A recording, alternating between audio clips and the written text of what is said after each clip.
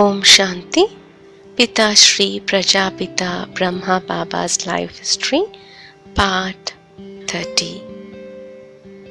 Nearly 300 sons and daughters of this yajna stayed in those 5 buildings. They were people of varied backgrounds, ages, castes, and economic status. For such a variety of souls to live together, day after day, year after year, is no small thing. In the outside world, even families of 3 and 4 people have difficulty managing to live in peace with one another. But Baba's children flourished without friction or quarrels. The members of the anti-party convinced themselves that it would only be a matter of time before rifts arose in the groups. But they were wrong. Even when money was short, the bond of faith between the children and the father never broke. The community survived all storms because it had not been created by a human being, nor did it exist for any human end.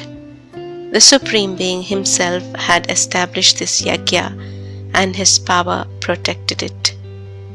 Under the canopy of Shiv Baba's love, his children went on transforming their old traits and habits, that is, sanskars, creating new soul-conscious attitudes.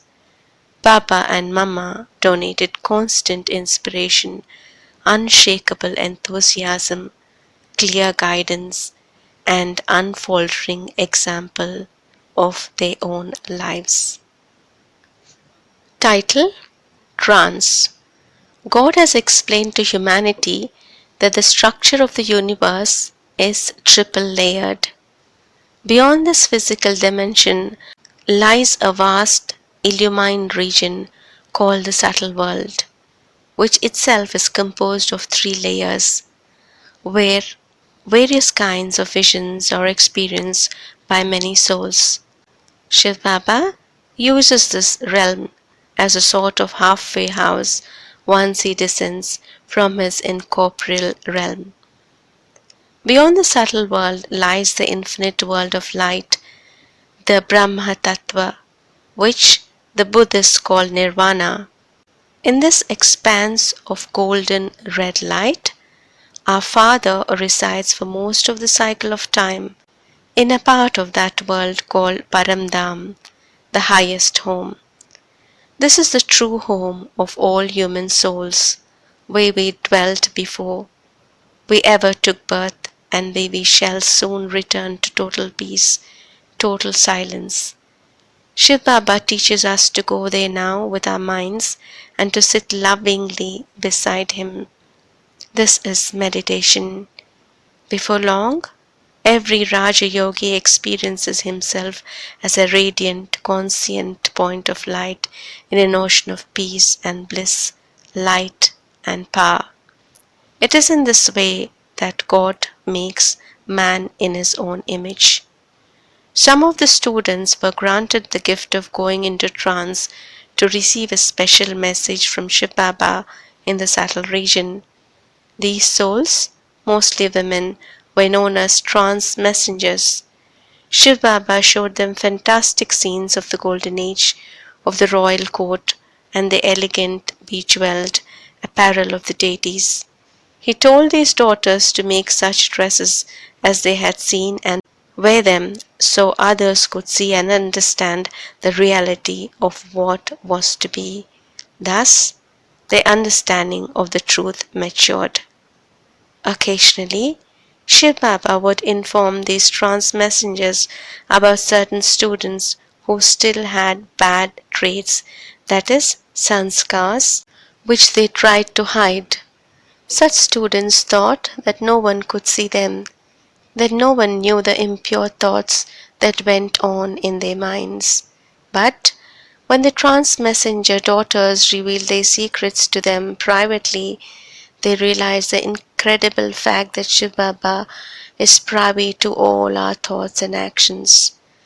The trance messengers also brought back revelations of Brahma Baba's many births as well as visions of Brahma Baba in his final perfect form. Gradually, it sank into people's intellects that this Prajapita Brahma and Jagadamba Saraswati were the very souls who were famed in the scriptures with so many legends, who were revered as Adam and Eve, Adidev and Adidevi, the father and the mother of the world, all because of the sacrifice, the untiring service to mankind, and the highest degree of inculcation of divine qualities which they achieved. Next title: The Secret of the Second Brahma. The subject of trance holds great interest for many souls. Despite the fact that Shiv Baba has informed us that his experience does nothing to cut one's sins and is no barometer of one's stage in yoga or one's closeness to God, neither of the present administrative heads of the yajna, both of whom are clearly the highest caliber souls, are trance messengers. But Baba uses the messengers to bring new information to his children, information which could not be so tellingly revealed in any other manner. The experience of one messenger, B.K. Dadi Hridaya Mohini, illustrates this. This is how she recalls it. One day, Baba announced a new program. For one full week, we were all to observe complete silence, both of speech and of mind. That meant no ideas or thoughts, perfect stillness within. We began immediately, all 300 residents of the yajna working as before, but silently in total introversion. The atmosphere seemed utterly angelic, and all the children, robed in peace and purity and light, moved as gracefully as deities. 2 or 3 days after this program began, the vibrations were so high that all were in a state of bliss.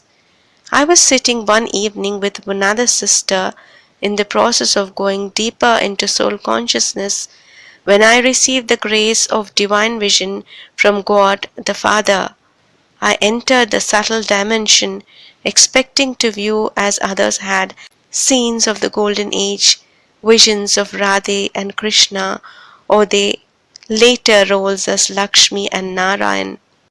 But later, to my amazement, I was suddenly facing Brahma Baba. He was stunningly attractive. I could not understand how Baba could be present in the physical world and also there in the subtle form. What was the secret behind this angelic Brahma? I couldn't answer this question. So, when I returned from trance, I went to ask Mama, but she seemed not to know either and said I should relate my experience to Brahma Baba. Amazingly, he also seemed uncertain. At last he said, "Daughter, Shiv Baba may be trying to explain some secret. If you enter into trance and see again this other Brahma, you should ask him to introduce himself." That day passed. The next evening I was trying once more to be soul conscious when I felt pulled suddenly out of my body into the subtle world. This time I stayed in trance continuously for 7 days. When Brahma Baba's image appeared to me, I did as Pita Shree, the physical Brahma Baba, had bade me do. I remember asking him, "Can I be lucky enough to receive your complete introduction?" He answered in angelically, "Daughter, I am Avyakt Brahma, that is, subtle or non-material Brahma, the complete form of the same physical Brahma that you know." I met him many times after that, and that Avyakt angel made clear more of the secrets of the knowledge. He taught me the true nature of that subtle world which is beyond the moon and sun and stars. I learned how it had been created out of pure thought. I also viewed the incorporeal soul world. and there was given a vision of the highest of the high, the point of light, supreme soul, Shiva. From there, I traveled through scenes of the great destruction of the present imperfect world, and thereon into the divine world of Satyug, the golden age. I heard the language we will speak there, felt the shimmering material we will wear, observed the daily routine we will follow, and witnessed the customs of the royal court of the gods. I marveled that all this splendor and happiness was for us. When I returned to see angelic Brahma, I understood how this could be the perfect state of Pita Shree, and that Shiv Baba must also be present with him. It was through angelic Brahma that our Supreme Father Shiva gave new and special names during this period to all his surrendered children. Such names are no longer given, but trance messages are still brought back regularly. Here is one of them. Divine message of most beloved Avyakt Bab Dada from the subtle world through Sister Gulzar on 6th June 1980. I entered the doorway of the subtle citadel of most beloved Bab Dada today in the early morning hour of nectar. What a panorama it was! Just imagine Baba in an overwhelmingly busy posture, the world almighty authority in a very cheerful and charming disposition, surrounded by an air of powerful vibrations. That was how I observed Baba from quite a distance. As I advanced, I gradually felt myself becoming a bodiless, powerful entity until I was face to face with Baba in the spiritually intoxicating form of the Shiv Shakti like the Father. I was in this powerful stage for just a short duration. Ah, whenever I am reminded of that exceptional experience now, I actually find myself surrounded by that very same panorama again. At long last, Baba smiled and his sweet words flowed. Lovely child, even this momentary experience will help you in the practice of being in your subtle stage, I responded.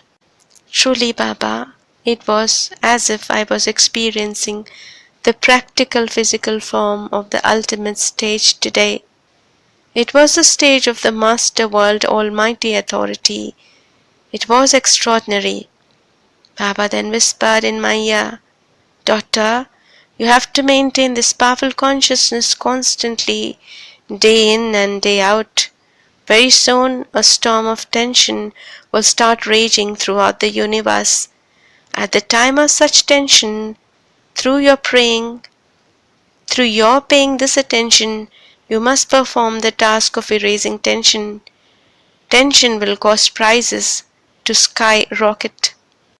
It will cause wounds of mental sorrow and physical suffering. It will also ignite a fire of torment in men and nature, so that people will stumble blindly to satisfy their temporary desires, seeking happiness that powers only to be a mirage, only leading them to face final disillusionment in every field of life, political, ethical, and material. But Baba said, the result will be a huge revolution. With one stroke, the world will be transformed.